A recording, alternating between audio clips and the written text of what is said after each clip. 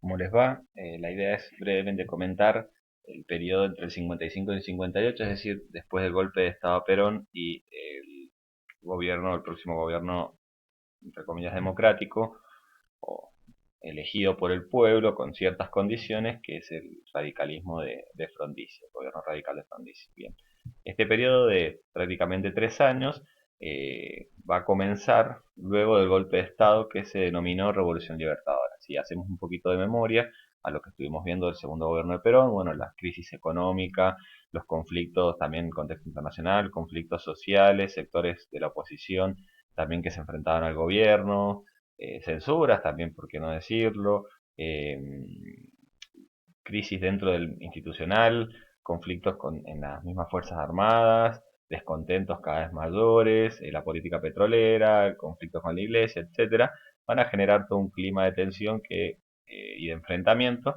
que va a provocar mucha violencia. Recordemos el bombardeo a Plaza de Mayo y finalmente el golpe de Estado que se denominó o autodenominó Revolución Libertadora. De alguna manera, recuerden que eran nombres que se les ponían al golpe de Estado para sacarle en teoría ese mote de ilegalidad, pero no lo hacían. Perfectamente se puede observar esto. Ahora bien, inmediatamente iniciado el gobierno, el gobierno de facto, podemos observar claras diferencias entre sus principales figuras, el presidente Lonardi y su vicepresidente Rojas.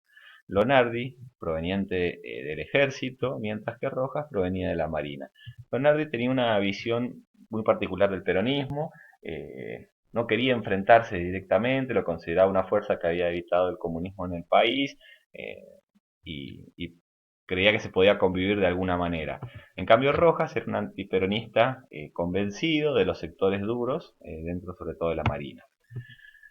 Ahora bien, Lonardi, como este enfrentamiento con Rojas se hizo cada vez más latente, poco después de asumir, va a ser reemplazado por Pedro Eugenio Aramburu. Aramburu, también un antiperonista intransigente, eh, igual que la figura de Rojas, se va a hacer con la presidencia y va a llevar adelante lo que se denominó la política antiperonista o la política de desperonizar a la sociedad. Básicamente consistía en tomar medidas en contra de la figura de Juan Domingo Perón, pero también de todos sus seguidores. La disolución del Partido Justicialista, la intervención de la CGT y los sindicatos, numerosos dirigentes peronistas fueron encarcelados, despidos de empleados y docentes partidarios de Perón, y se prohíbe cualquier propaganda afín al peronismo o cualquier mención de su nombre. Miren hasta dónde llega este punto. Era tal el temor a un posible retorno del peronismo que se tomaron medidas que se pueden mencionar como absurdas. Bueno, el objetivo, como dijimos recién, era desperonizar a la sociedad. Y fíjense cómo se menciona esto, como si fuese que la sociedad está hipnotizada o encantada por Perón. Pero bueno, era la política que se buscaba llevar adelante durante estos 3 años. Ahora bien, no todos los sectores de las Fuerzas Armadas se aliaron a los revolucionarios o al golpe de Estado y al gobierno de facto, sino algunos sectores fieles todavía al peronismo se levantan contra el gobierno y fueron guiados por el general Lavalle. Lavalle provoca un levantamiento y termina siendo asesinado o fusilado y reprimido junto con varias personalidades y militares que participaron de ese levantamiento por el general Aramburu.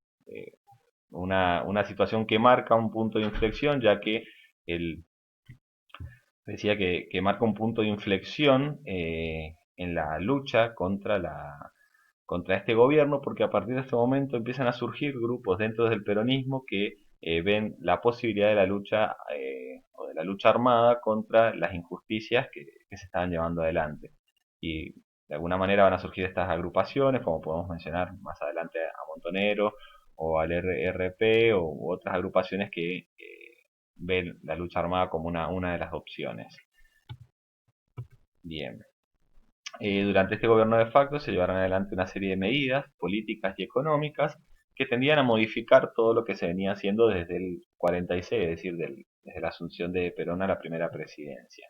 Desde el punto de vista político, ustedes saben que cuando se lleva adelante un golpe de Estado, lo primero que se anula es la Constitución, o se suspende y se disuelve el Congreso, ¿sí? Donde se toman las decisiones. En su lugar, se estableció una junta consultora que básicamente era una especie de parlamento, pero sin poder de decisión, donde se habían representado la mayoría de las fuerzas políticas, exceptuando a los sectores comunistas y obviamente a los peronistas, por lo cual obviamente era una ficción de normalidad lo que se quería plantear. Ahora bien, desde el punto de vista económico, se llevaron medidas siguiendo lo que se denominó el plan Previs. Básicamente este plan se basa en un informe sobre los motivos principales de la inflación, que era uno de los problemas más eh, urgentes de ese momento, y se consideraba que el incremento salarial y el dirigismo estatal eran las principales causas de la inflación. El gobierno de facto va a llevar adelante se va a acercar al FMI, al Fondo Monetario Internacional, para solicitar un préstamo. Obviamente el Fondo Monetario Internacional otorga ese préstamo, pero con una serie de condiciones o contrapartida que se tomaron una serie de medidas en el país.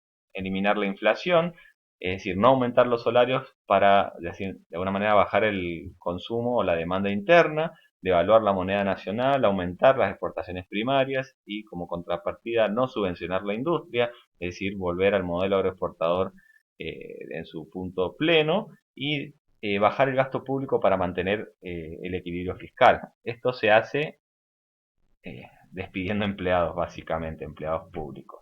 Bueno, esas son las medidas principales que se toman para llevar adelante o durante este periodo de facto. Muchas gracias.